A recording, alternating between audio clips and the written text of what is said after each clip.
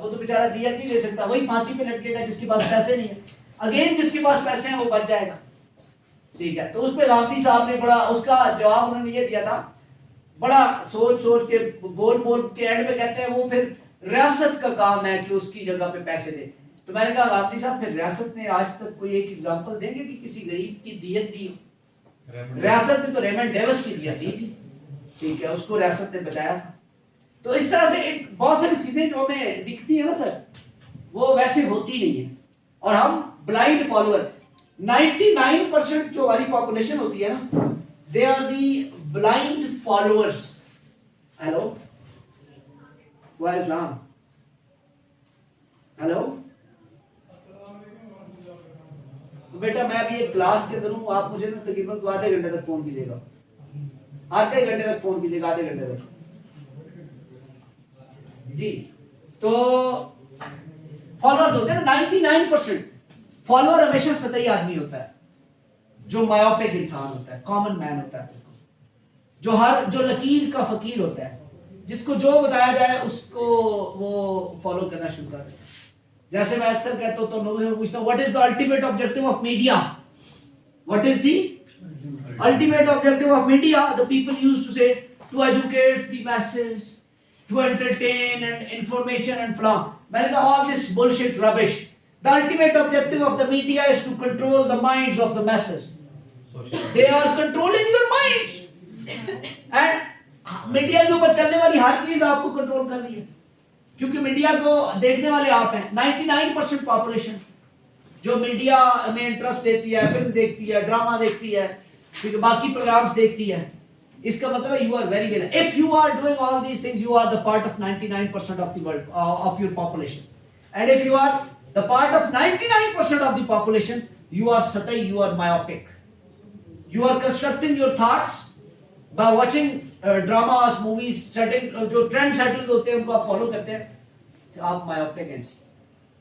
हर follower myopic होता है। Sir ये बात सिर्फ मीडिया की यहाँ तक तो नहीं, हमारा सिलेबस, कोर्स, वो अगर हम, मैं अक्सर एक और बात करता हूँ कि फ्रॉम क्लास कच्ची पक्की टू ऑनवर्ड PhD। मैंने कच्ची पक्की से पढ़ना शुरू किया, बच्चा शुरू करता है PhD, मतलब now I want to go for post doc in America और समवेयर, ठीक है। PhD मैक्सिमम डिग्री होती है। अच्छा, कच्ची पक्की से लेके PhD के कोर्स तक का आप जायजा ले लें सिलेबस का, you will come to know that the ultimate objective of the curriculum from class कच्ची पक्की to onward PhD is to produce more and more slaves. Got it? दुनिया के अंदर there are 93 multinationals which are controlling the world economy. उन्हीं की मर्जी से syllabus भी डिजाइन होते हैं, उन्हीं की मर्जी से पंडित, मुल्ला, वो पोप, वो सारे उन्हीं की मर्जी से बनते हैं। वही लोगों की आइडियोलॉजीज को सेट करते हैं जो दुनिया की 93 मल्टीनेशनल्स हैं। और आप समझ रहे होते हैं कि पता नहीं ये बात कहां से आ गई है, कॉमन मैन। तो मैं अपने जो अच्छे पढ़ने वाले लोग होते हैं उनको मैं कहता हूँ कि इससे बाहर निकलें, कॉमन मैन होने से। आपकी पर्सनालिटी में किसी तरह का कॉम्प्लेक्स नहीं होना चाहिए। You shouldn't have any kind of the complex. Osho ने क्या खूबसूरत बात कही थी, उसने कहा था कि सबसे बड़ी आपकी हद तक ये होती है कि आप दूसरों के साथ अपना कंपैरिजन करते हैं, आपका कंपैरिजन बनता ही नहीं है। उसने कहा था कि I am not superior, Osho, उसने क्या कहा, I am not superior, I am not inferior, neither comparable, I am unique, I am I and you are you. आपका मेरा सर कोई कंपैरिजन ही नहीं है। और कंपैरिजन की एक खूबसूरती होती है गुस्से की तरह। गुस्से की खूबसूरती ये होती है कि गुस्से का बहाव पानी की तरह होता है, भला कैसे, नीचे की तरफ बहता है। आपको जब गुस्सा आता है तो आप अपने से नीचे वाले पे निकालते हैं, आपसे जो सीनियर या बड़ा होता है वहां आप गुस्से को पी के नेकी कमा लेते हैं। मुझे बड़ा गुस्सा आया था लेकिन मैंने करना चाह रहा था, नहीं कर पाया, लेकिन क्योंकि बड़ा है, सीनियर है, गुस्सा करेगी आगे से पड़ेगी। और आपके नीचे वाला जो होगा वहां पे आपको गुस्सा आएगा, फौरन निकल जाएगा।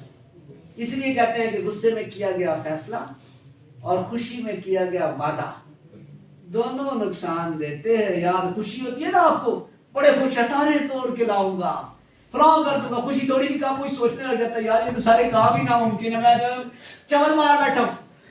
और गुस्से में किया गया फैसला उसके आउटकम्स बड़े खराब होते हैं, तो आप गुस्से के अंदर फैसला करते हैं। तो जिस तरह गुस्से का भाव नीचे की तरफ होता है, जो आपका कॉम्प्लेक्स या कंपैरिजन का भाव होता है वो ऊपर की तरफ होता है, क्योंकि आप जब कंपैरिजन करते हैं तो इधर नहीं करते, इधर करते हैं। मेरी बात को समझ लें? So never compare yourself with the others. Set your goal, put yourself on the right route, struggle hard to achieve the goal. Ultimately, you are made to expire. जिंदगी की खूबसूरती ये है कि इसका खात्मा है, अगर इसका खात्मा ना हो तो जिंदगी में खूबसूरती नहीं है। और दुनिया के अंदर आई हर चीज ने अल्टीमेटली एक्सपायर होना है। हम सारे एक्सपायरी डेट वाले हैं, कहीं ना कहीं चिस्पा है, हमें नजर नहीं आती हमने एक्सपायर कब होना है। हम सब एक्सपायरी डेट वाले हैं। So never compare yourself with others. Expiry date वाला बंदा दूसरे के साथ कंपैरिजन करे, दूसरे को नीचा ऊंचा दिखाने की कोशिश करे, मैं वो है, ये वो आगे पीछे। You are bullshit simply if you are doing such things. So be realistic. जी सर। सर आप आज तक किसी पर्सनालिटी से इंप्रेस हुए हो? काफी सारी पर्सनालिटी होती है इंटेलेक्चुअल, उनसे होता है। मैं आपको आज एक बात बताता हूँ, थोड़ी सी टॉपिक से हट गया लेकिन कोई बात नहीं है। मेरा एक क्लास फेलो था एमफिल का।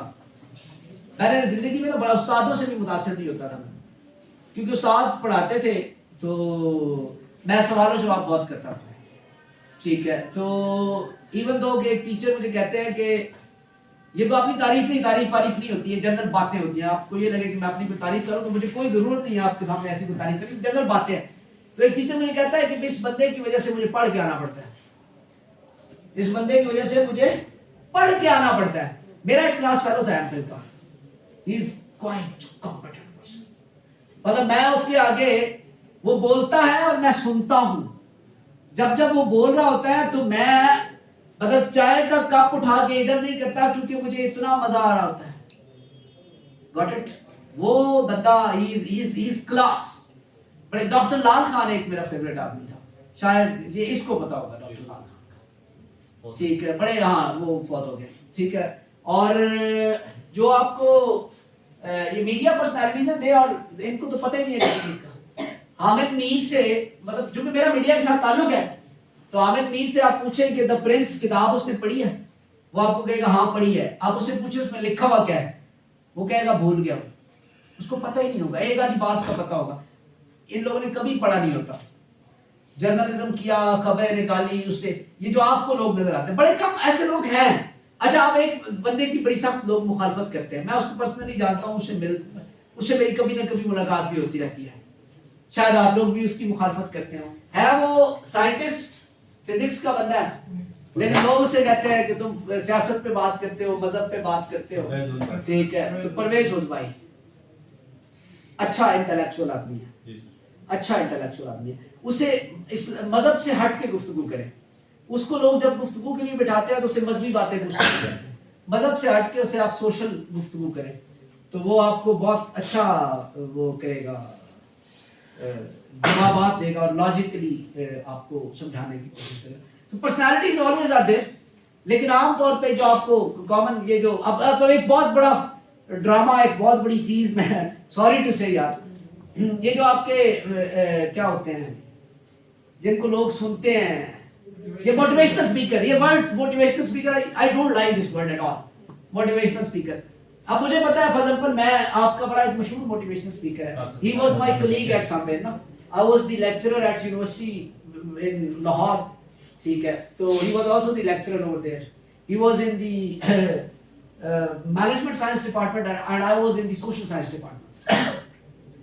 सो अब वो क्या है, उसकी बहुत सारी चीजें जो आपको वो बातें बताता है, ठीक है, उसका उसके ऊपर अमल या उसकी अपनी सोच, उसका कहना नहीं चाहिए, मतलब माइंड नहीं चाहिए। मैं तो अपने आप को बड़ा बना के नहीं पेश करा, लेकिन to be very honest, professionally वो बहुत सक्सेसफुल आदमी है, बड़े पैसे कमाता है, बड़े पैसे कमाता है, लेकिन to be very honest he has a very low calibre.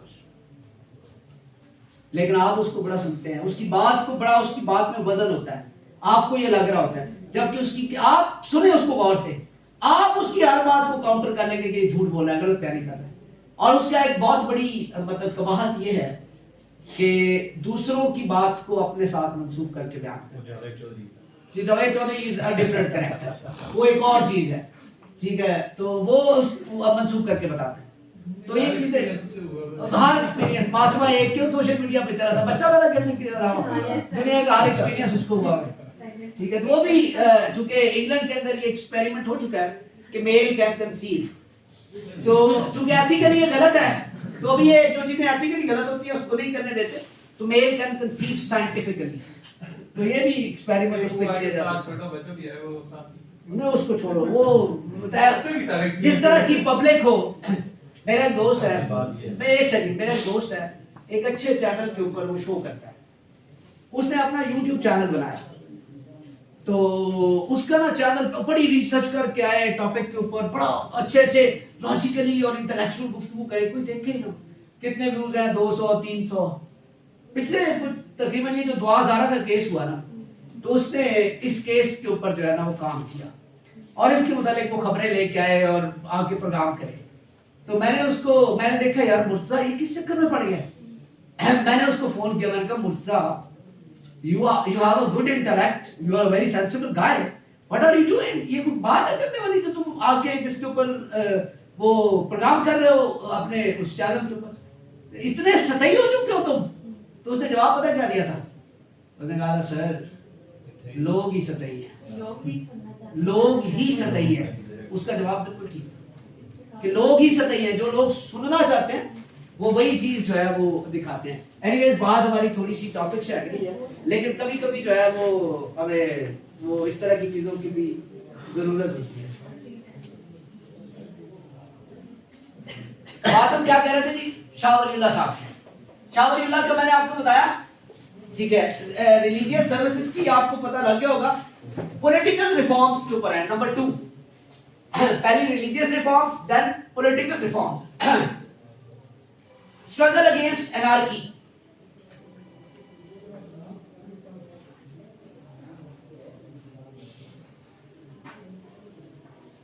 Steps to check the Marhattas. इसके जमाने के अंदर मरहट्टे और सिख बड़े ज्यादा ताकत में आ गए थे। स्टेप्स टू चेक द मरहट्टास, मरहट्टे पता है ना आप लोगों को। Effort for Muslim unity, efforts for Muslim unity, and he has also given the concept of two nation theory, जो मुजद्दिद अल-अफ़सानी ने भी बोला था वही इसने भी बोला। ये इसकी पॉलिटिकल रिफॉर्म्स है। कौन कौन सी आपको ऐसे फिंगर टिप्स होनी चाहिए, कौन कौन सी। एनार्की के अगेंस्ट खड़ा हुआ, मराठोस के अगेंस्ट खड़ा हुआ, ठीक है। यूनिट, मुसलमानों की यूनिटी के लिए काम किया, और टू नेशन थ्योरी के कॉन्सेप्ट को जो है वो प्रमोट किया।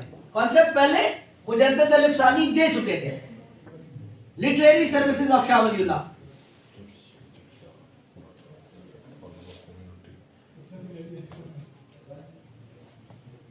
Translation of the Holi Quran, Persian के अंदर पहली दफा इन्होंने कुरान का तर्जुमा किया था। ट्रांसलेशन ऑफ होली कुरान, ये literary services of Shah Waliullah. Number 3 political के बाद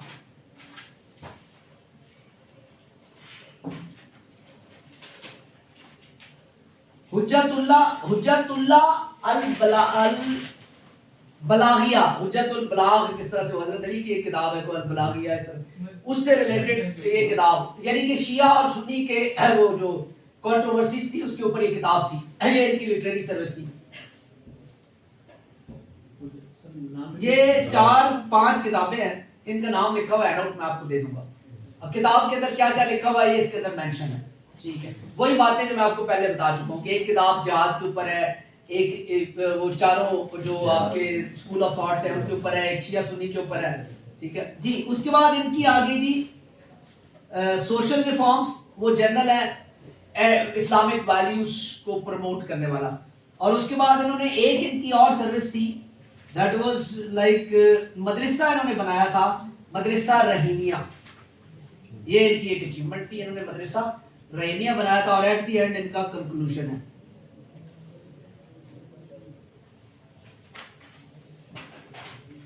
Shah Waliullah was a great Muslim reformist of 18th century in India. He was a brilliant thinker and scholar with critical insight of political scenario of that time. Got it? And he worked for the betterment and true education of the Muslims on right Islamic norms.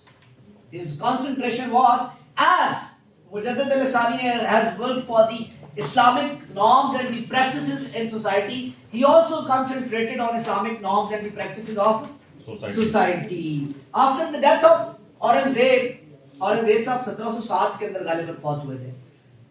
The Muslim society faced some serious socio-political and religious problems. ठीक है?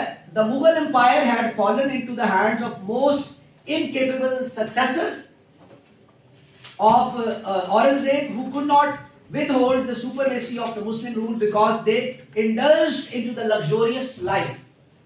औरंगजेब के बाद जो उसके successors थे वो चूंकि luxurious life के अंदर पड़ गए थे, जिसकी वजह से मुगल एम्पायर का प्रॉपर डाउनफॉल शुरू हुआ था, मिजरेबल हालत के अंदर चली गई थी. उस सूरत के अंदर जो है वो मुसलमानों को यूनिटी की जरूरत थी और तब जो है वो मुजद्दिद शाह वलीउल्लाह साहब जो है वो ग्राउंड में उतरे. 3 तरह की कंडीशंस मैंने आपको बताई: social conditions, political conditions, religious conditions and political conditions. Social conditions ये थी कि respect of honor और respect खत्म होती जा रही थी. प्रॉपर्टी और लाइफ की सेफ्टी, सिक्योरिटी और प्रोटेक्शन नहीं थी प्रॉपर तरीके से. ठीक हो गया. और खानदानी निजाम खराब होना शुरू हो गया था. लोग हिंदू लड़कियों से मुसलमान जो है वो शादी करना स्टार्ट हो गए थे. अब इस दौर के अंदर इस चीज को एक बड़ा नॉर्मल लिया जाता है, लेकिन आज से 20 साल पहले जब हम बिल्कुल छोटे होते थे और हमारे सामने कहता था ना हिंदू लड़की या ईसाई लड़की से शादी, तो वो बड़ा अजीब लगता था. सोच के ही बंदा कहता था क्या नहीं, ये इट इज नॉट पॉसिबल. तो अब तो ये बिल्कुल एक नॉर्मल सी चीज लगती है. बट एट दैट टाइम जब शाह वलीउल्लाह था, आप देख रहे हैं 700 साल पहले, तो उस वक्त का क्या हालात होंगे. गॉट इट जी. तो ये उस वक्त की सोशल कंडीशंस थी. अच्छा, उसके बाद इसकी रिलीजियस कंडीशंस में रिलीजियस ग्रुप्स बन गए, शिया सुन्नी फसादात होने लग गए. ठीक है, चारों स्कूल ऑफ थॉट्स जो है वो किसी एक चीज पे टिकते नहीं थे, इनके आपस में तजादात थे. तो रिलीजियस कंडीशंस भी मुसलमानों की जो है दे वर वल्नरेबल एट दैट टाइम. अगर इस तरह के लोग, ये लिखने वाले लिखते हैं, हिस्टोरियन लिखते हैं, दिस इज नॉट बाय मी, अगर इस तरह के लोग उस वक्त कंट्रीब्यूट ना करते तो शायद इस्लाम जो है वो अब तक जो है वो ना होता. ये लिखने वाले कुछ लिखते हैं, जबकि हम तो कहते हैं कि ये सारी चीजें अल्लाह की मर्जी से होती हैं, अल्लाह ही सब कुछ करता है. आप मानते हैं इस बात को? पॉलिटिकल कंडीशंस, इंस्टेबिलिटी थी. जब लाइफ प्रोटेक्शन नहीं है सर आपको, पॉलिटिकल कंडीशंस, मैंने आपको कल एक चीज समझाई थी. मैंने आपको कहा था कि आप यहां लिखें मॉडर्नाइजेशन.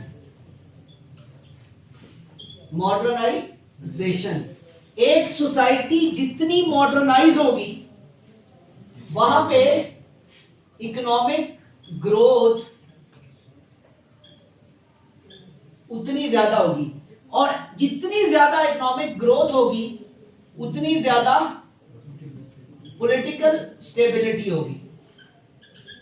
इन अदर वर्ड्स, जितनी ज्यादा पॉलिटिकल स्टेबिलिटी होगी उतनी ज्यादा इकोनॉमिक ग्रोथ होगी और उतनी ज्यादा मॉडर्नाइजेशन होगी. तो आप ये देख लें कि if you have a sound and a strong political system, तो फिर आपकी जो इकोनॉमिक ग्रोथ है वो ऑब्वियस सी बात है बहुत अच्छी होगी.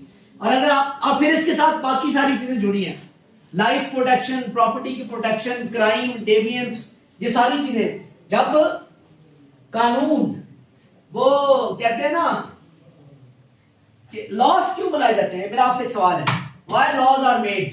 To govern the behaviors. To govern the behaviors. Laws are made to control the behavior. If there is no law, तुम्हारा दिल करे किसी का सर फाड़ दो, किसी को कत्ल कर दो, किसी की चोरी कर दो, तो लॉस क्यों बनाए गए हैं? To control the behaviour. ये लिखा हुआ है. सोशल मार्क्स इससे भी मुख्तलिफ बात करते हैं. मार्क्स बड़ा इंटरेस्टिंग आदमी था, कहता पता है कानून क्यों बनाए गए हैं? ताकि गरीब आदमी, ताकि अमीर आदमी अपनी प्रॉपर्टी और पैसे को बचा सके गरीब आदमी से, कि वो उसे छीनने की कोशिश करे तो उसके अंदर खौफ और डर पैदा कर दिया जाए कि वो छीन ना सके। ये मार्क्स कहता है, उसकी अपनी आइडियोलॉजी है। बट लेकिन जेन्युइन बात ये है कि laws are made to control the behaviour of the masses. Got it? ठीक है। तो ये पॉलिटिकल स्टेबिलिटी नहीं थी, लाइफ थ्रेट्स थे लोगों को, मिजरीज थी। जो पॉलिटिकल स्टेबिलिटी ना हो तो एक इकोनॉमी जो है, घर के अंदर अगर आपका निजाम ठीक ना हो ना, तो आप ये समझ लें कि आपके जो यानी घर का निजाम ठीक ना होने का मतलब है कि घर का भी एक पॉलिटिकल सिस्टम होता है, तो you will have to face number of the problems. उसमें इकोनॉमिक ग्रोथ भी आपकी डिक्लाइन होती है जब घर के हालात ठीक ना हो तो इसीलिए एक रियासत के अंदर ये चीज होती है। तो पॉलिटिकली सब कॉन्टिनेंट के अंदर India was at the declining stage. How many of you know Ibn Khaldun? नाम तो सुना होगा इब्ने खुल्दून का, इससे ज्यादा कुछ नहीं जानते, तो जानना भी करे, नाम सुना है तो। Ibn Khaldun is known as father of sociology according to Muslim community. पुत्र नींद आई है? सीरियसली बताओ। अच्छा तो ओके, चाय मंगवाओ, बिना तकल्लुफ अगर तबीयत चाय से पीनी है मंगवा लेता हूँ। Okay fine. इब्ने खुल्दून कौन था? Who is Ibn Khaldun? Father of sociology. मुसलमान ये कहते हैं, वेस्टर्न ये कहता है कि no August Comte was the father of criminal sociology. Comte का दौर पहले था उसके? ना बाद में, ये तो 17वीं सदी के अंदर 18वीं के अंदर आया है। इब्ने खुल्दून तो 11वीं सदी का है गालिबन।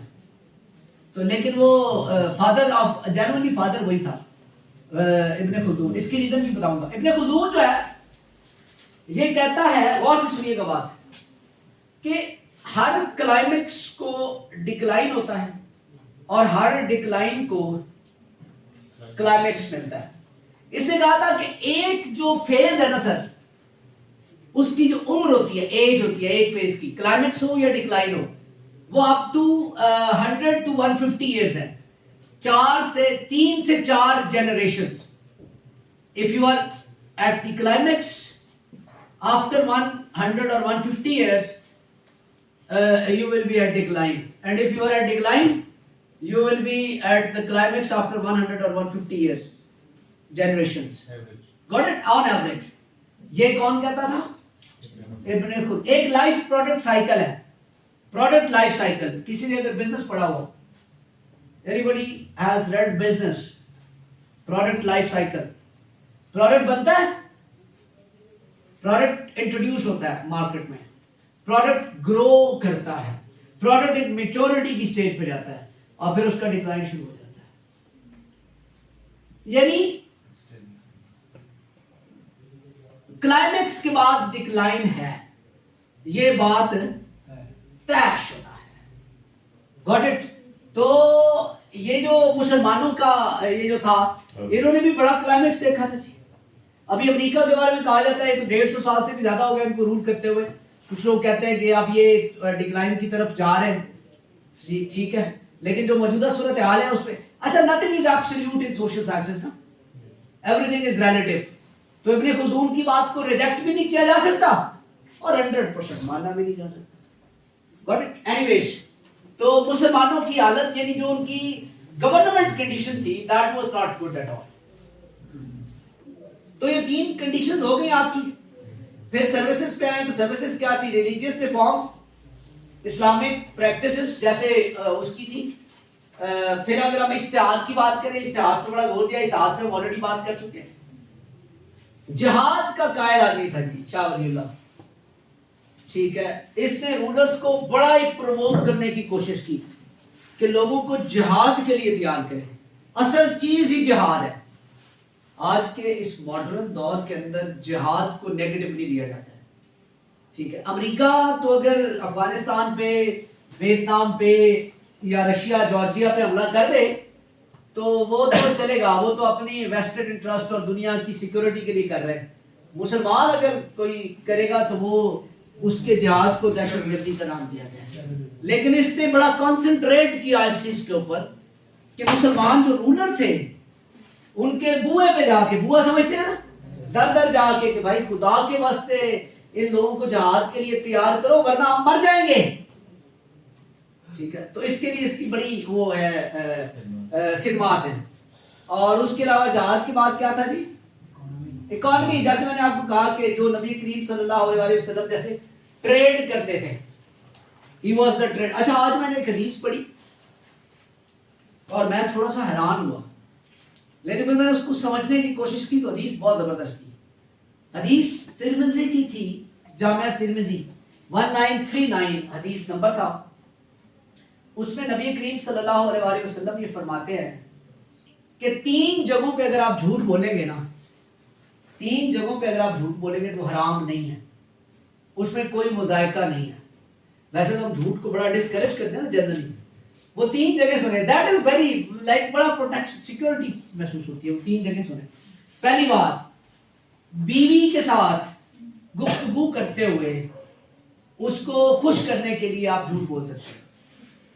पढ़े हदीस जी 1939 जामिया तिरमिजी में कहाँ गा रहा हूँ बिनते ये इस्मा बिनते अबू बकर रजी अल्लाह ताला अन्हु। ठीक हो गया। नंबर 2, जंग के दौरान आप झूठ बोल सकते हैं अपने दुश्मन को चीट करने के लिए। और तीसरा जो था वो था, हाँ, 2 लोगों की आपने सुलह करवानी है, उनमें लड़ाई हुई है, तो वहां पे भी आप झूठ बोल के भी आप उनका पैचअप जो है लॉजिकली झूठ कितने खूबसूरत अंदाज में जो है वो इस हदीस से रिफ्लेक्ट करने की कोशिश की गई है कि इन कंडीशन पे जब आप गलत बयानी भी करेंगे तो वो झूठ जो है वो नहीं होगा। तो नबी करीम सल्लल्लाहु अलैहि वसल्लम वाज स्टेटस इकोनॉमी के अंदर उन्होंने कहा कि जो इस्लामिक इकोनॉमिक सिस्टम है उसको जो है वो इंप्लीमेंट करना चाहिए जिसमें इंटरेस्ट नहीं होना चाहिए। उस वक्त इंटरेस्ट भी बहुत ज्यादा होना शुरू हो गया था। ये जो कर्जा नहीं होता, ये जो सूद के ऊपर कर्ज दिया जाता है, हाँ जी, तो उसकी बड़ी उसने जो है वो खुल के मुखालफत की थी और इस्लामिक इकोनॉमिक सिस्टम को प्रमोट करने की बात की थी। किसने? शाह वलीउल्लाह साहब, बड़ा बंदा थी। फिर उन्होंने रिमूवल ऑफ सेक्टेरियनिज्म पे बात हो गई है, बैलेंस बिटवीन वो जो चारों आपके हनफी, हम्बली, शाफी और मलैकी है, ठीक है, उसके ऊपर हमने बात कर ली है। Political reforms. एनार्की क्या होती है?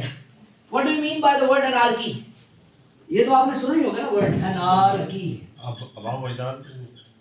सर इसका जो एग्जैक्ट मीनिंग है वो तो नॉर्मलेसनेस है। नॉर्मलेसनेस है, लेकिन यहां हम कहेंगे एब्सेंस ऑफ द गवर्नेंस।